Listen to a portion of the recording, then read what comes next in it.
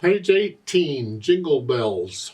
Let's review everything, and it is important, in my opinion, that you understand all of these musical symbols you see in the music, all of them. That's why we keep going over and over and over. Well, I want to explain another one that's been there, and I haven't said anything about it because you've had enough to think about. And that is at the end of the second line, you see a thin and thick bar line. That is the musical symbol for the end of the piece. So where the piece ends, and it's not always going to end at the bottom. It could end somewhere else. But wherever it is, that's the end of the piece. It'll end there eventually. Just know that thin and thick bar line is important. If you're doing your own music or writing your own music, make sure you put that in at the end of the piece. Now on page 19 at the top, there are a little more about clefs. I've already explained all this about clefs. You're welcome to read it.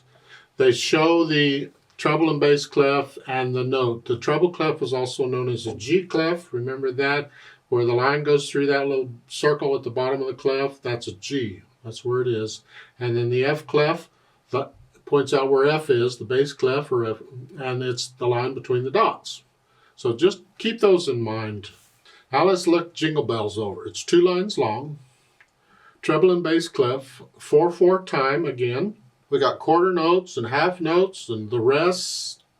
Okay. It looks like the right hand is playing the first line and the left hand is playing the second. Okay.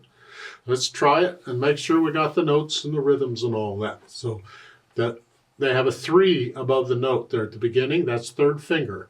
So the E, you need to know the names of these notes now. Drill yourself. It's important. You have 3 on the E, and that puts your hand in this position. Let's see position again.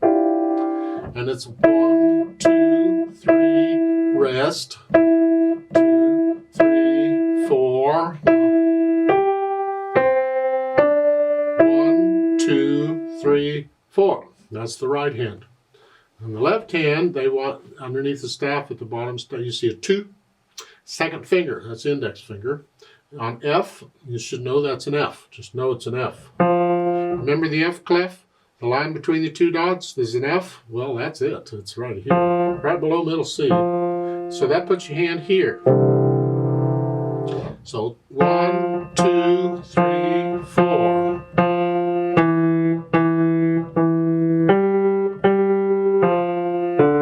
1, 2, 3, 4.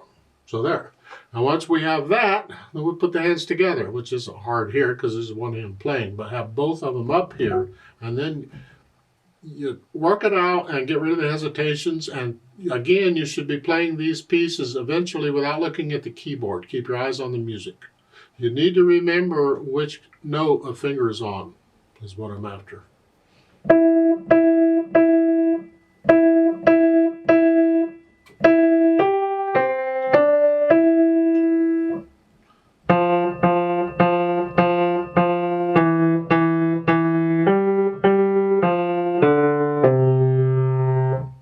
A little bit about technique. I don't teach much technique in my videos because really to teach technique correctly, I need you right in front of me where I can see what you're actually doing and work with you and help you with it. Because I can describe it, I can demonstrate it, and then when you try it, you can get it completely wrong. I did it myself when I was in lessons. It's one of the reasons a live teacher, a real teacher, is important. So if you can, get a real teacher to help you out. You can use these videos to help explain and supplement your lessons, because a teacher won't explain everything like I'm explaining in every lesson. But a little bit on technique and the different types of technique. And there are different techniques. People use different, teachers teach different ones. The one that I learned in college is what I use now. It helps me stay the most relaxed. And that is, I use a weight to push the notes down because the hands and the arms are plenty heavy enough. Even with a small child, they're heavy enough to push a key down. So I let the weight push the key down. I just relax and control how much weight is pushing the key down. Because if I use a little weight, it's soft. If I use a lot of weight, it's loud. So it's how much weight I'm using. Over time you learn to control it. Now on these notes, I'm lowering the weight down and I'm letting the wrist flex just a little bit each time. Don't play with a stiff wrist. Please, just don't.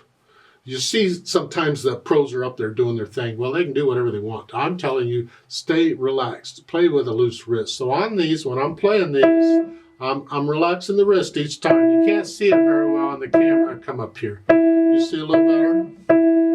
Every time I'm doing this, I'm relaxing because I'm letting the weight, the finger fall into the key as I'm playing these. So try that as you're doing this. On top of everything else you got to remember. Let's play this together very slowly to make sure you got all the right notes and the rhythms. Now this is after you've learned it. So I'll give us 4 counts and let's try it together. 1, 2, ready, go. Rest. 4.